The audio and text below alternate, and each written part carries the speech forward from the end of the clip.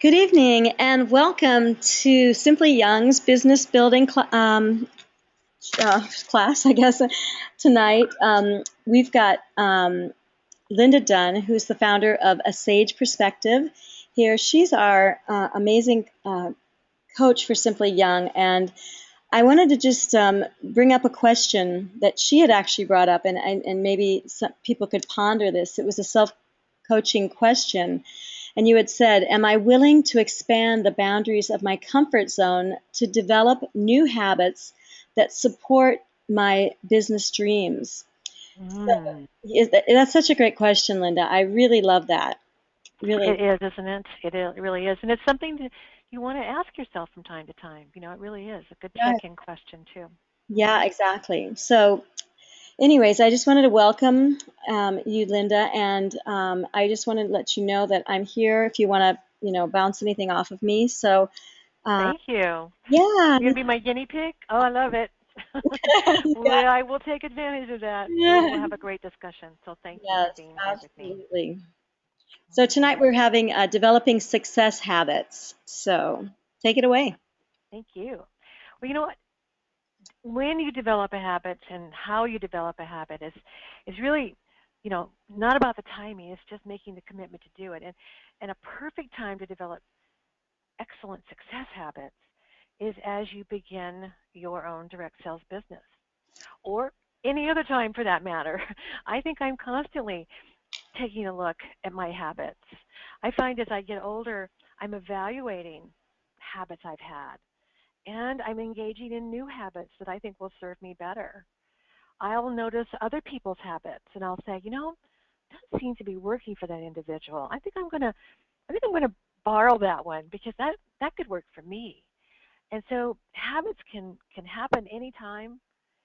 So be open to them. Be open to forming new habits. Be open to evaluating the habits you have, and every once in a while check in and see how they're serving you. But good habits can be learned. It's not hard. It's simply making them a priority, committing to make that effort, and then put in the time that it takes to develop a new habit, which might involve unlearning an old habit, right? And kind of reprogramming yourself. So I love this quote by Les Brown, and it's one that speaks to me very, very strongly. And it's also about driving momentum in your business. So I liked it especially for what habits can do. Make each day count by setting specific goals to succeed. Then making every effort to exceed your own expectations, going above and beyond. Reach higher. Reach higher than your goals. Beat your own expectations of yourself. Okay? Next slide. So we all have habits. We do. Good or bad, indifferent, we have them. They're the behavior patterns that we have. The patterns you don't give a second thought to often. They become routine. They could be predictable reactions to something, a version of autopilot, if you will, that allows you to focus your thoughts and energy in other activities all at the same time. Like that old, you know, example of driving the car to where you're going. You've been there a million times. You're on autopilot. You need to be thinking about it, but oftentimes we use that time to, to think about our day, what we're going to do when we get to this location. What do we want to do at work today? What are we going to do when we get home? So we're conscious, and we have a habit of driving, but it allows us, because it's so routine, to do other things all at the same time. So habits can be helpful routines. A morning ritual, eating breakfast, brushing your teeth, getting dressed. Those are all habits that most of us have, right? Habits can also be counterproductive then, such as chronically late for appointments, right? Speaking over someone. A little noise in the background. If you want to star six yourself, I think that would mute you if you have background noise. They can be counterproductive, such as chronically late for appointments. Speaking over someone to add your point of view. Oh, that is a habit that I that is one of my pet peeves, honestly. Or even life-threatening habits. such as putting off dental or medical appointments, putting off that weight loss promise that you made yourself, deferring that, um, and and getting in the habit of just kind of being comfortable where you are. On that topic of habits, I'm not necessarily chronically late, but I don't clock watch. It hasn't been a priority, or it wasn't anyway, until I met my husband Paul. And we were married about 12 years ago. And he likes to be on time. It's a value for him. It's something he honors. It's important. And I found myself often just making him wait for me. And in the beginning, he was very patient with me, but after a while, I could tell that it was bothering him. And so I thought this is something that is important to him. It's a habit I can get in the habit of doing, and it will serve a very useful purpose. And you know, strengthen our relationship. So I was really motivated. So I started setting my alarm a little earlier, just making myself aware that that was important to him. I need to be on time. And it really has been a very useful habit to get into, and has served me very well. I have my moments where, I'm a little too, I dally in the bathroom a little longer than I should, just, adjusting that makeup or something. But I try not to. I've tried to really make it a firm habit. So that's just one example. Katie, can you think of a habit that you either changed or adapted because it was important or productive for you? Oh Is there something that comes to mind? yeah, it was the same one as yours, as being on time. And Oh, it okay. was something that literally, like, my ex-husband and my kids ganged up on me for, and it was, Oh, okay. I thought, I'm just so busy and I'm doing so much and I'm, whatever. And it was ridiculous. And I Yeah. went to this course, and one of the biggest things that they taught was the integrity of being on time. And Mm, when I really got it from that. I really did. And beautiful. not taking advantage of somebody else's time. Oh, very good point. Very good point. That's what we're doing, isn't it? That's Yeah, very true. Well, good for you. Congratulations. so good at it now. Because you are busy. I know you're busy. So sometimes a family intervention works. Now, That's great. let me tell you one thing that really made a difference was Mm-hmm. that I really started using my tools, like my phone. I Mm. made sure I was like, my nervous system made me just go put it right in the phone, right immediately. You know what I'm saying? And Mm-hmm. I would do that at that first, and then I would forget to look at the phone. And so you got to follow through and actually look at it too. Yeah, then you have to set those alarms. Yeah, I hear that. And as you age, you get a little absent-minded sometimes. So those kinds of tools become very, very, very useful. Indeed, they do. So that's Right. great. So what's clear is that habits, to your point, Katie, determine results. They really do. They can solve problems. They can really um, they can soothe relationships. They can make you more productive, and they honor people. So they govern, in effect, how well your life works in every area, health, relationships, and especially in business. Because bad habits can sabotage your success, can't they? Well, good habits improve results. So sabotage success, improve results. So depending on which habits you choose, um, you can add value to your business or make it a little more challenging for you.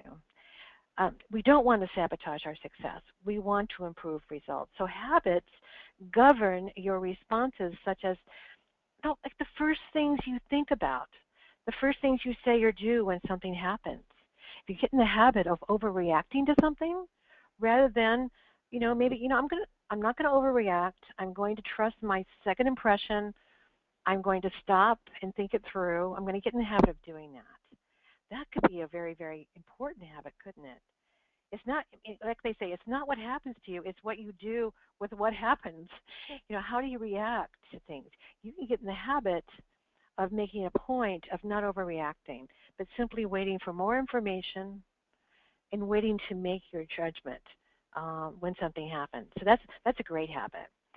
So let's work on the difference between, what the the relationship between positive habits and positive actions. Because once you develop positive habits, you'll find yourself automatically taking positive actions consistently.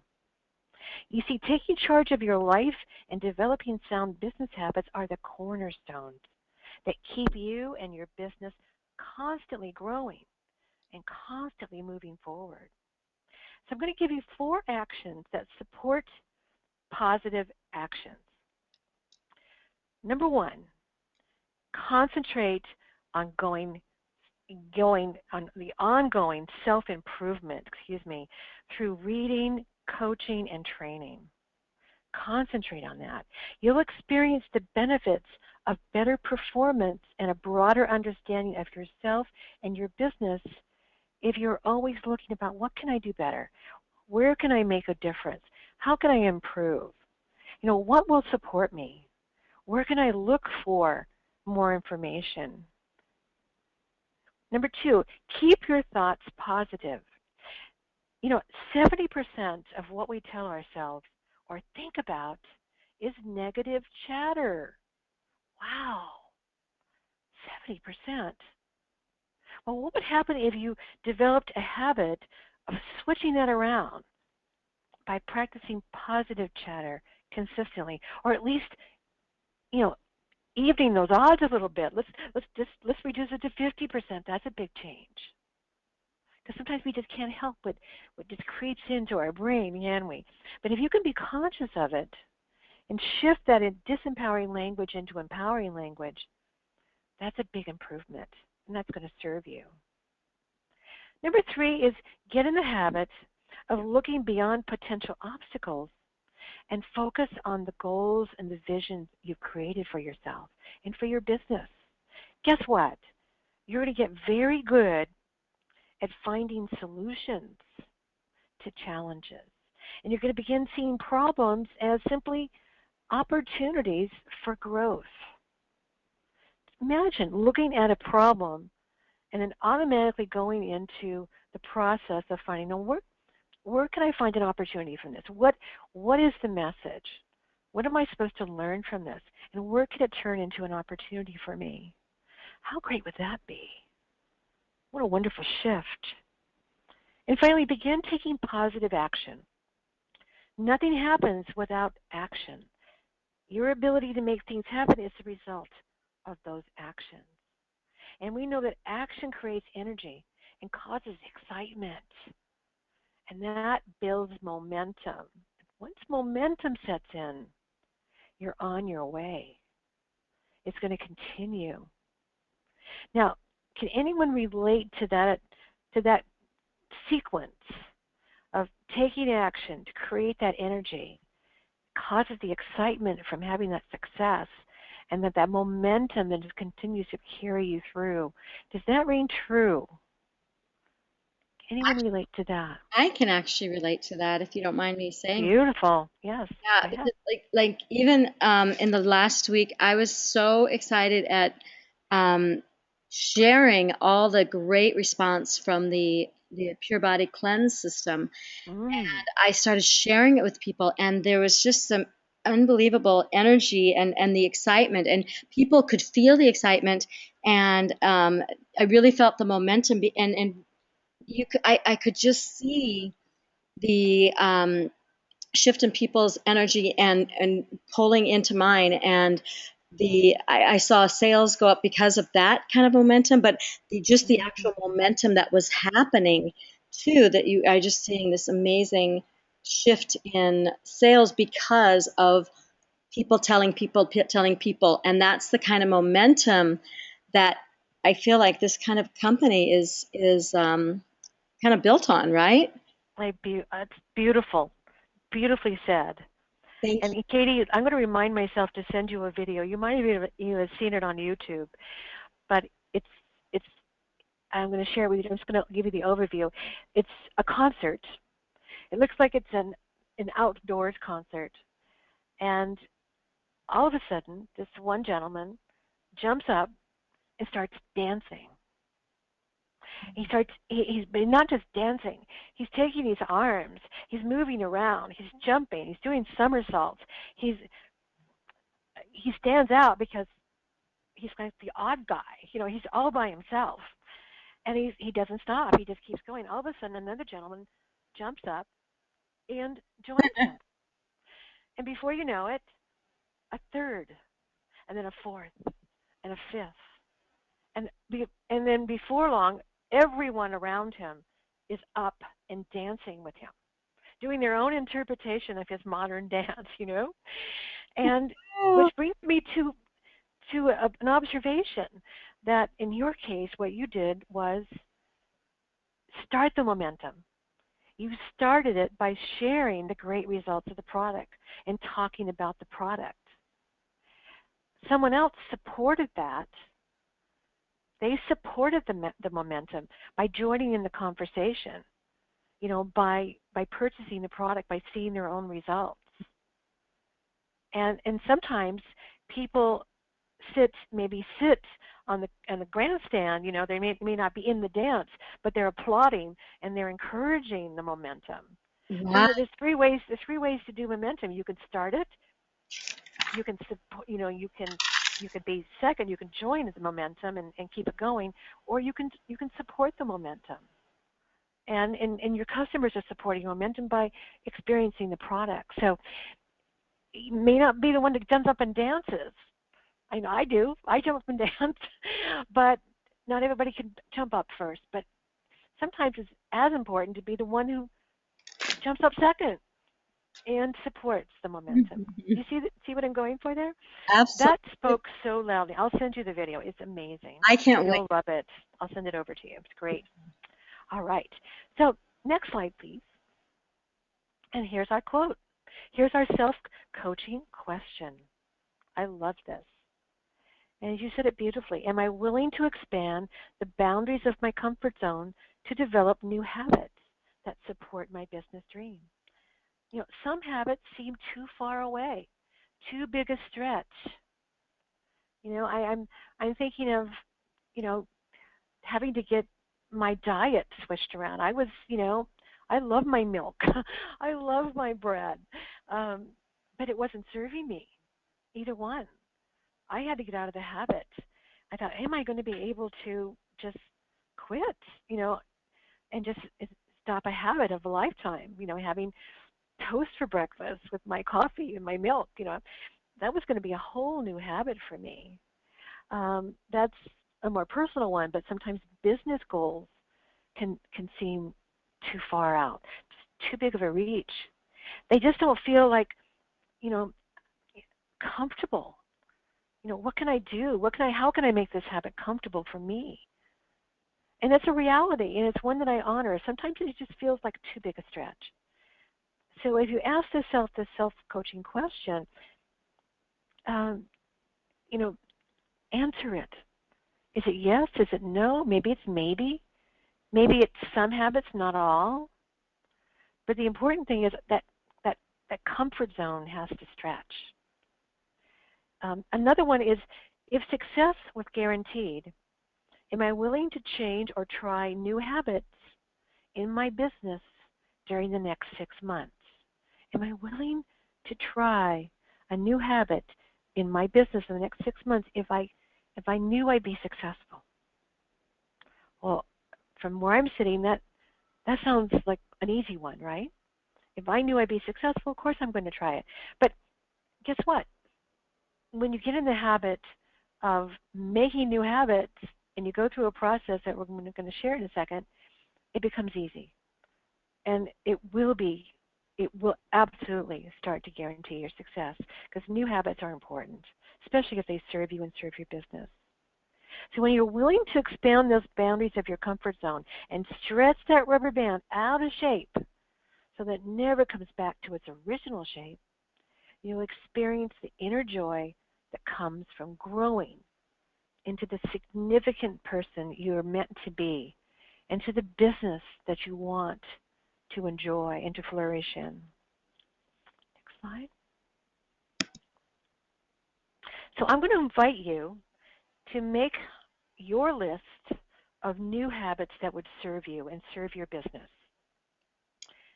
And then alongside those habits, I'd like you to make a note of how your business would benefit, how you would benefit as a result of forming that new habit.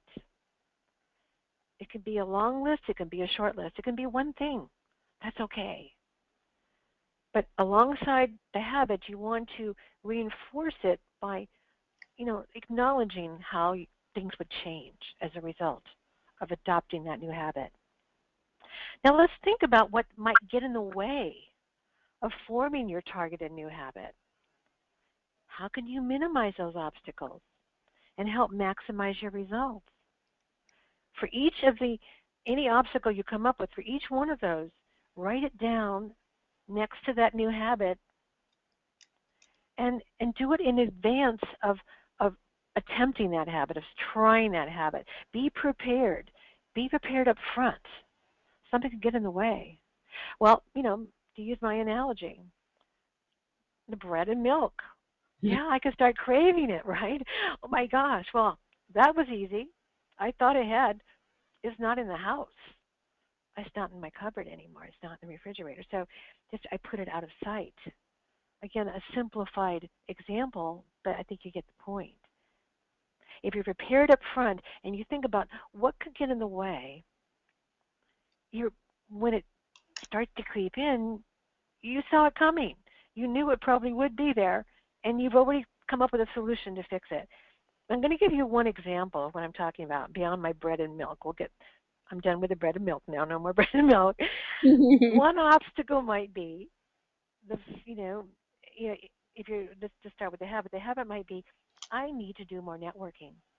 I need to get out there and start talking to people more often. And that obstacle might be that fear of rejection. It can happen, can't it?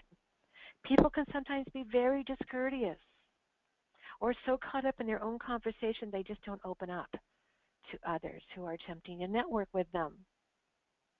One solution would be, oh well, her loss, and just move on to the next one, right?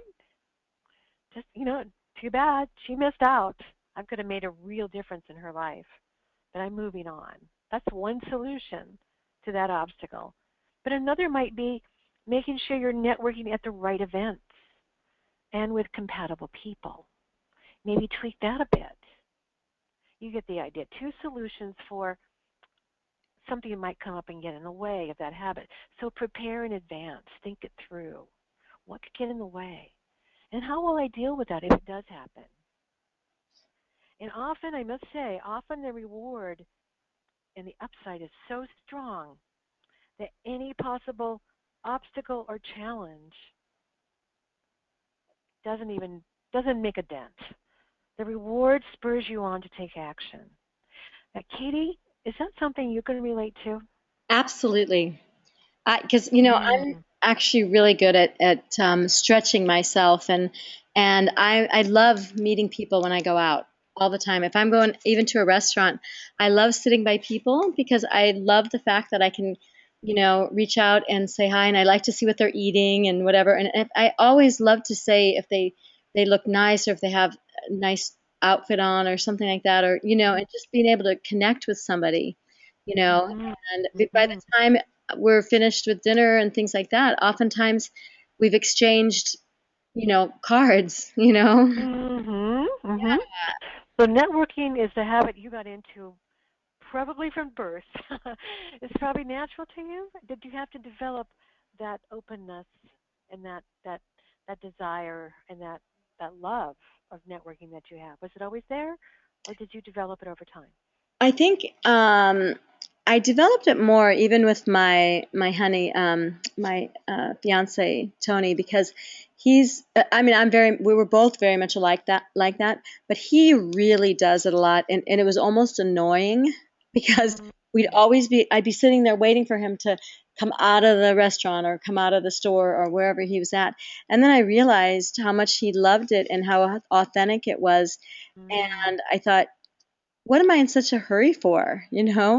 And Okay. and then of course, because I getting into this business, then you really see how cool it is to really connect with people You and bet. actually to create new relationships, Indeed, indeed it is. So what we do for love, right? I know. And then we love it ourselves. We see the benefit.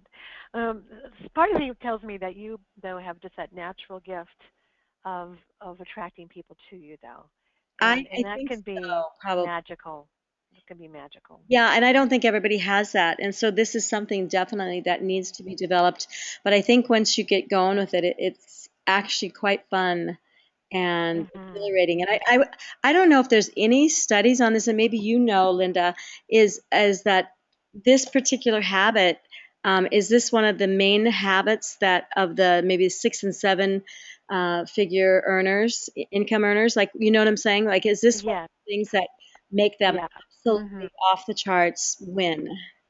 Definitely. And I can't tell you how many people that I have coached and very successful leaders who told me um, that they were inherently shy as a child.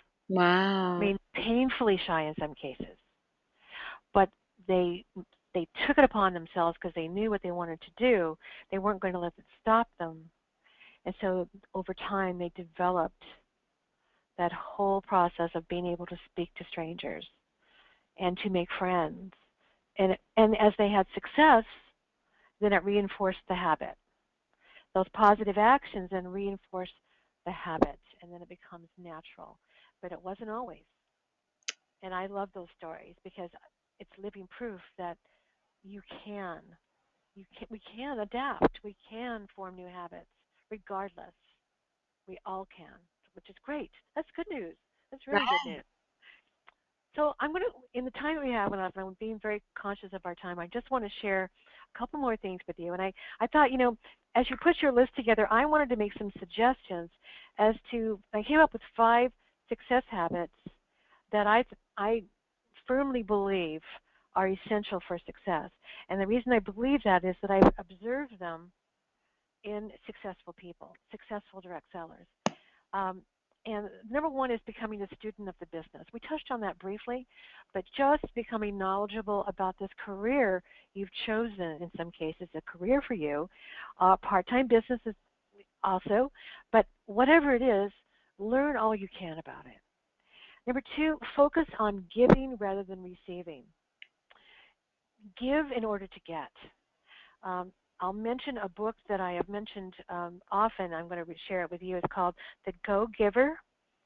It's by a gentleman by the name of Bob Burg, B-U-R-G.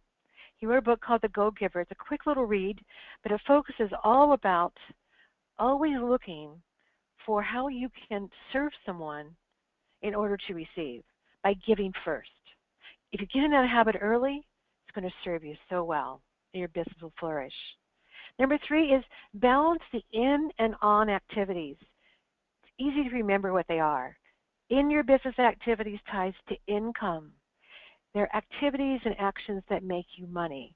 And that would be what you would normally expect, face-to-face or voice-to-voice contact and connection with people, customers, team members, prospects. On your business activities are those more esoteric activities that support your business, emailing, um, studying, perhaps customer service activities, business card purchasing, those kinds of things that are key but don't make you any immediate income. So balance and try to spend the majority of your time during prime time in your business. And you use those on your business activities during non-prime time, too early or too late to be on the phone or in a meeting with someone. If that's a habit you get into early in your business, I can absolutely guarantee you it will make all the difference because I've seen it work. Number four is develop a coach mindset. We don't have time to get to that right now, but creating a coaching culture within your team, learning all you can about the coach approach to training and developing yourself, oh, what a difference that will make. How you'll benefit from that. It changes everything. And finally, Don't forget about our success principles. I've shared them with you before, but getting in the habit of integrating these success principles of service, trust, authenticity, integrity, and respect, and bringing those principles to every part of your business, making it a habit to think about them as you approach your business will serve you so well. So those are just 5 that I suggest you take a look at and maybe add them to your list. Next slide is just, well, how do we do this? I call it win the inner game and recognize the magic of 21 days to a new habit. I'm sure you've heard of this before, but we talk about it because it works. To form a new habit is to win this inner game. Your inner game is what you say and think about. It's that constant stream of consciousness and the stories we've gotten in the habit of telling ourselves. And the good news is we could reprogram. And so experts recognize the magic of this 21 days to a new habit. For most people, the repetition of practicing a new habit for 21 days, 21 consecutive days, is all it takes to turn a good idea into a supportive habit. And if you ever tried it, it really does work. You just have to be consistent with it. And finally, enjoy the journey. Our next slide is all about finding ways to enjoy the journey of transitioning into new habits. Be prepared with a place or a person to go for support. Most importantly, to go for encouragement. That girl, keep going. You're making a difference. I see it already happening. That kind of support. Know this in advance so that you're not tempted to give up on your new habit halfway through. And I can attest to this. It works. I know one time I was really trying to change up my exercise program, and I didn't have a coach, and so I was weak, and I stopped halfway. I had to start again. Everyone gets discouraged now and then. It's absolutely normal. So look for support. Who will support you? It can be your upline. It can be the company. Absolutely, it can be the training meetings. It can be the calls, the webinars, all designed to support you, family members, friends, and perhaps a coach. And remember to track your progress and success and celebrate small victories along the way. Celebrate those achievements. As you celebrate those achievements, it reinforces your actions, makes you keep going. And pace yourself. Maybe concentrate on one habit at a time. Prioritize. What's the number one thing I should do? Master it, and then move on to the next habit. All right. Thank you so much for being here and listening to this. Katie, I'm always glad to take questions or comments. Before we close, is there anything that comes to mind? Anybody have anything they want to talk about? Hey, Katie. Sorry, I popped in late, but I caught the tail end of it, and I took some notes. So I missed it a little bit. But will you send it out to me in an email so I can get the whole thing, or do you not do that? Yeah, we have a whole bunch of them that we're going to be doing. So they're going to be going up. Okay.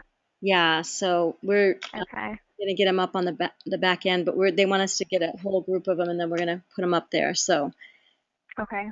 Sounds good. I do. Thank you, Linda. You're welcome. Who am I speaking to? This is Anna. Hi, Anna.